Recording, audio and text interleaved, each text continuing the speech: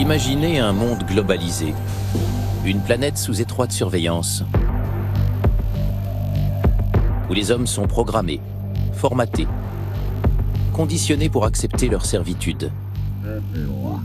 Un monde de la désinformation, du mensonge généralisé, où 2 et 2 font 5, où la liberté n'est plus qu'une illusion. La réalité d'aujourd'hui est en passe de rejoindre la fiction d'hier. J'arrive pas à m'endormir sans écran.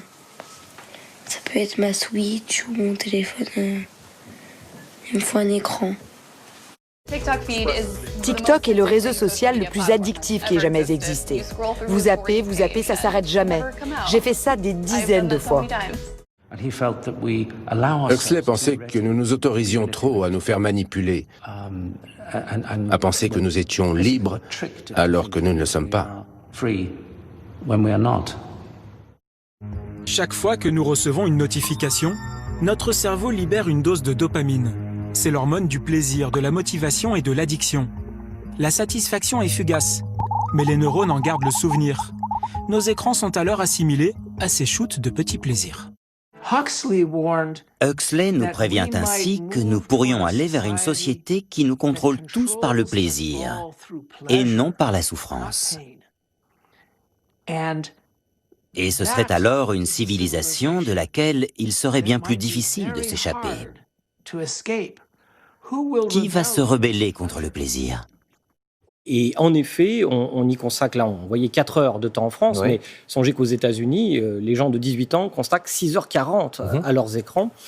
Il y a une étude de Stanford, c'est pas des dangereux gauchistes, les chercheurs à Stanford, il y a une étude, ils ont fait une grande étude où ils montrent que le niveau de compréhension des enfants, de nos ados, de nos enfants, de ce qu'ils peuvent comprendre et retenir, notamment de ce qui est sur Internet, notamment de ces informations, compréhension de langage en général, est atteint à un niveau tellement critique que ça en devient, c'est leur mot, un danger pour la démocratie.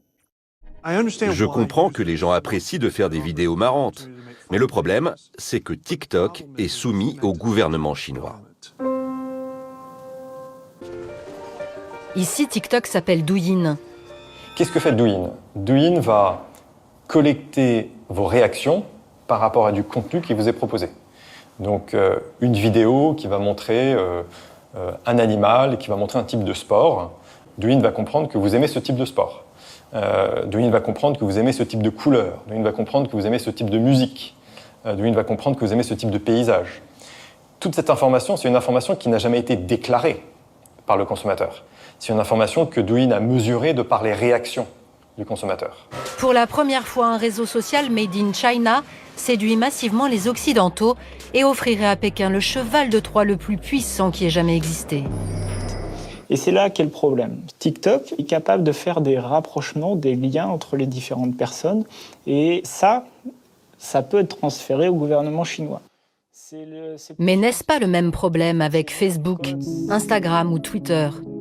Aspirer des données sur votre téléphone, les plateformes américaines le font déjà. Dans la consultation des réseaux sociaux, nous sommes enfermés par les traces numériques que nous laissons nous-mêmes. Et donc, on voit sans cesse des arguments dans lesquels on croit, c'est ce qu'on appelle le biais de confirmation. On va chercher des informations dans cette masse qui correspondent déjà à nos croyances préalables. Donc on se croit libre, autonome, vers nos émotions, vers nos pulsions. C'est nous qui créons aussi que l'algorithme nous dirige vers cela ? Les algorithmes donnent à chaque utilisateur une perception du monde différente de celle des autres et lui livrent des informations qui vont dans la même direction.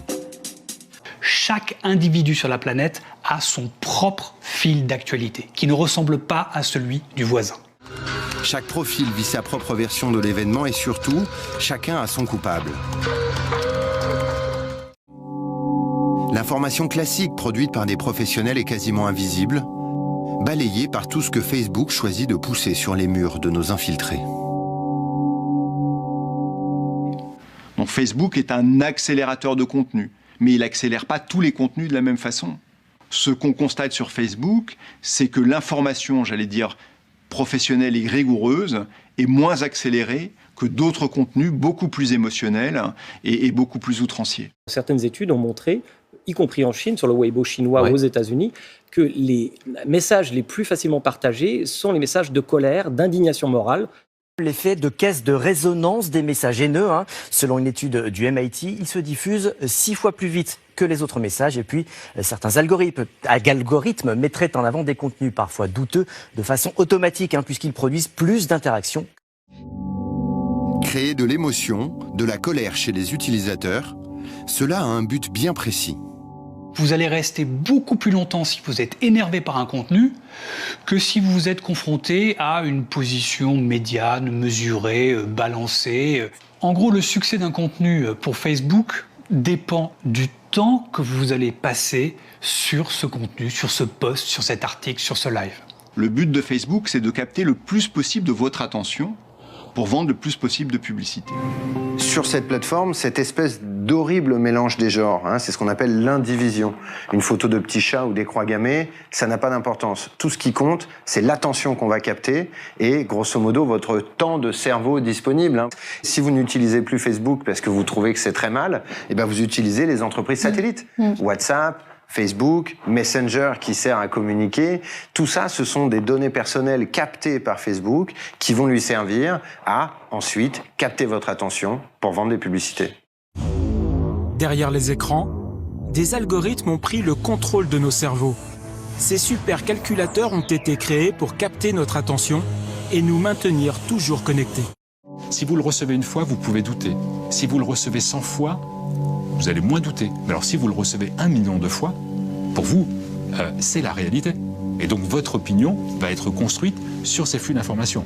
Plus vous allez penser que parce que vous avez des valeurs, vous n'êtes pas influençable, mieux ça va marcher. La prime à l'émotion bouleverse tous les codes de l'information et va jusqu'à altérer l'esprit critique. Actuellement, on peut dire que les fonctionnalités des réseaux sociaux, et en particulier leurs algorithmes, favorisent les théories complotistes, tout simplement parce qu'ils se focalisent sur, ou ils favorisent plutôt, le contenu sensationnaliste et extrémiste, donc du contenu qui va devenir viral. Ce sont les plateformes et les réseaux sociaux qui ont permis la naissance de QAnon.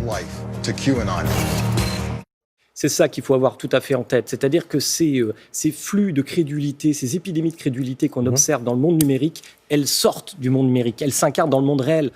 Ça veut dire que chacun des usagers doit bien comprendre, et je ne suis pas certain que chacun le comprenne, qu'il est dans une bulle informative extrêmement dommageable pour son esprit critique. Est-ce qu'on croit ce qu'on voit ou est-ce qu'on voit ce qu'on croit ? Eh bien, sur Facebook, vous voyez ce que vous croyez.